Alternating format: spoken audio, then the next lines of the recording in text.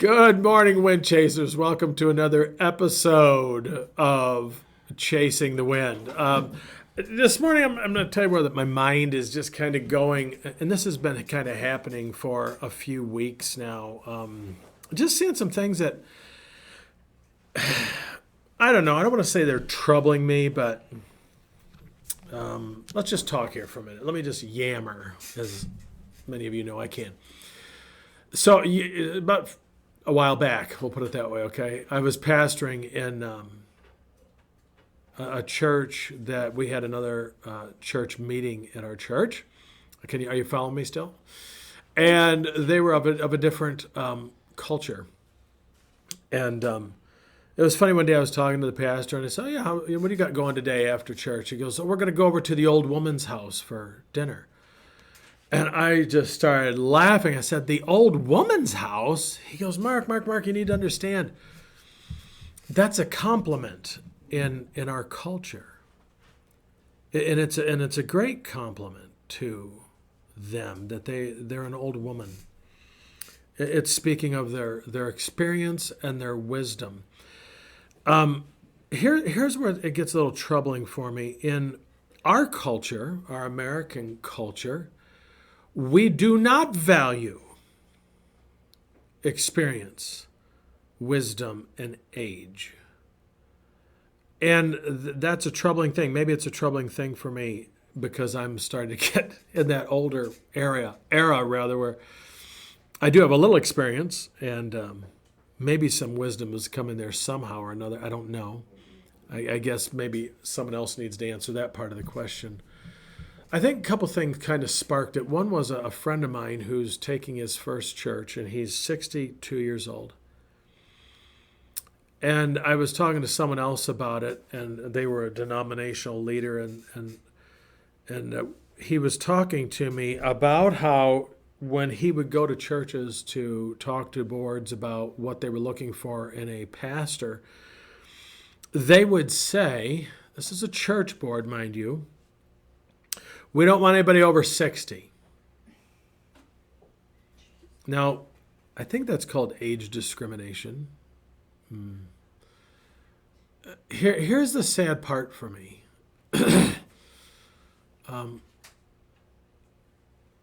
I still go by wisdom I've learned from people who are older than me. I still tell people, oil and grease are cheap. Al Hansen, my grandfather, always used to tell me that. Mark, oil and grease are cheap. Go get your oil changed. No, he used to say every 3,000 miles. Now I do 5 because I am a little cheap.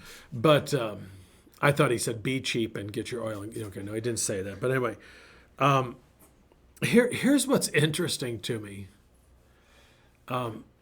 I love sitting with older people and gleaning from them. There's something that is happening though that I think is really, really cool. And I'm seeing it in my own church, and I call it intergenerational ministry. I remember one day in a Sunday school class, a retired minister in our church had commented on some things in the class. He was not teaching, but he had commented, and it was so cool. After the class, this young man went over to him and asked him some questions. And it was a beautiful thing to see this early 70s retired Nazarene pastor standing there with his Bible open, talking to this 20-year-old young man, talking to him about the Bible. One of the things I am learning about myself, even though some young people in my church guessed me and my wife to be in our early 40s, they are wonderful kids. They're just the best kids we have in our church.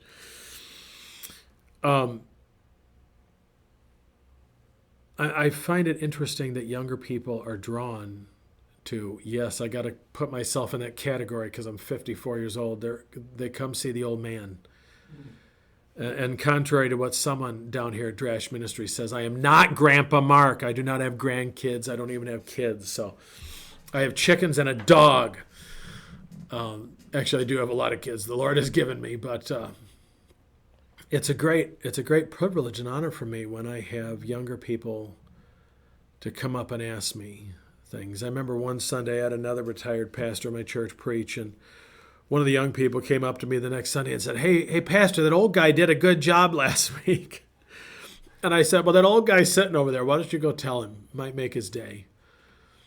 And he did. He went over and told him. Here's what I think is a sad thing in our culture.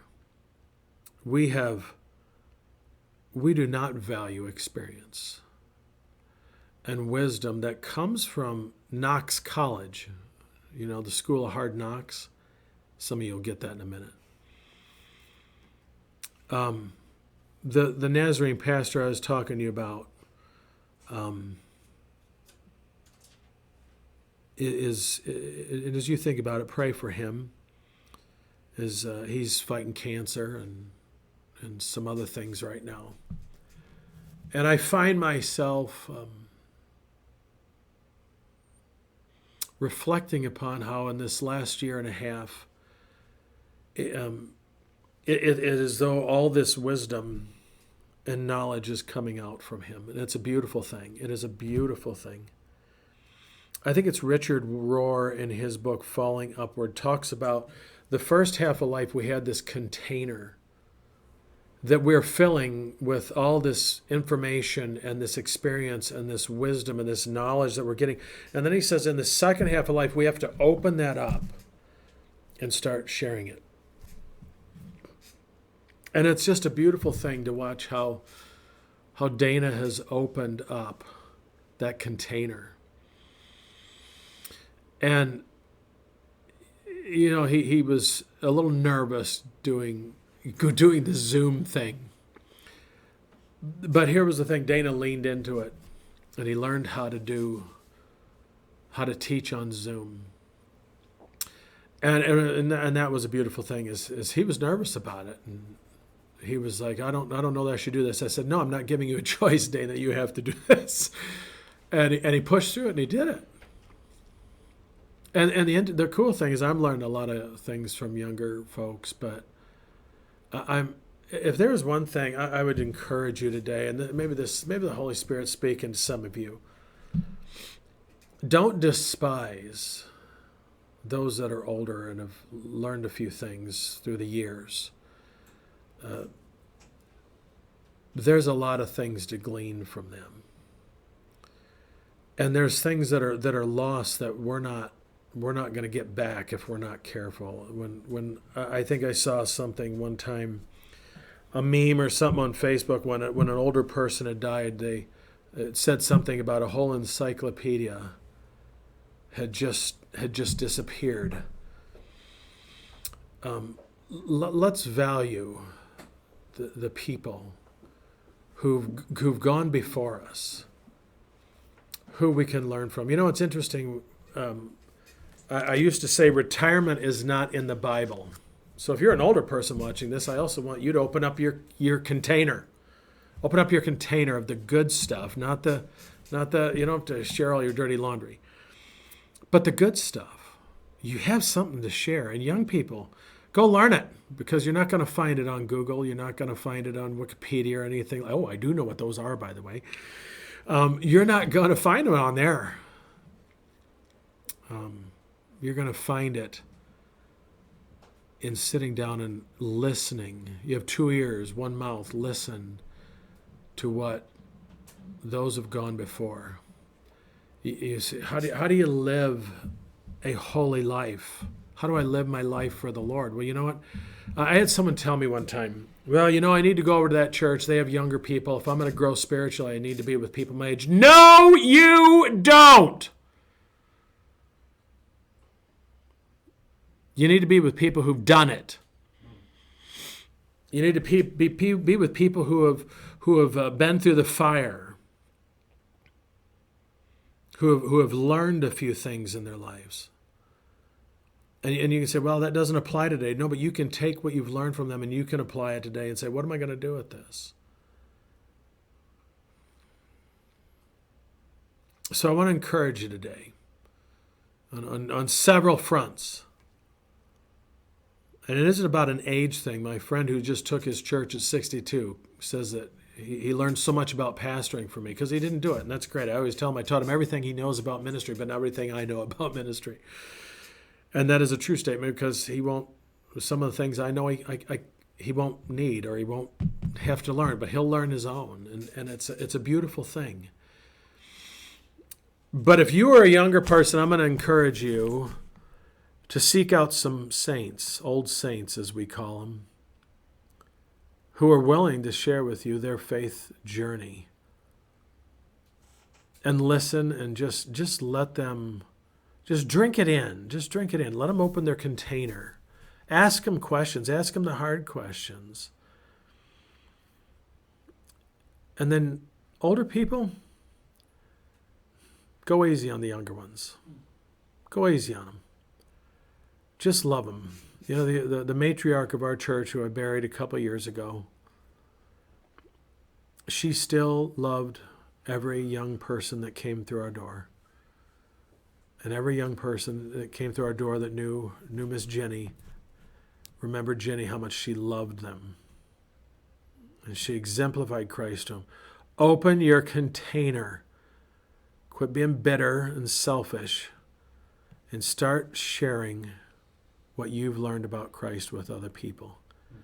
Someone out there, and it doesn't have to be a 20-year-old, okay? It could be a 40-year-old who just needs to hear something from you. Come alongside them. We're in this together, people.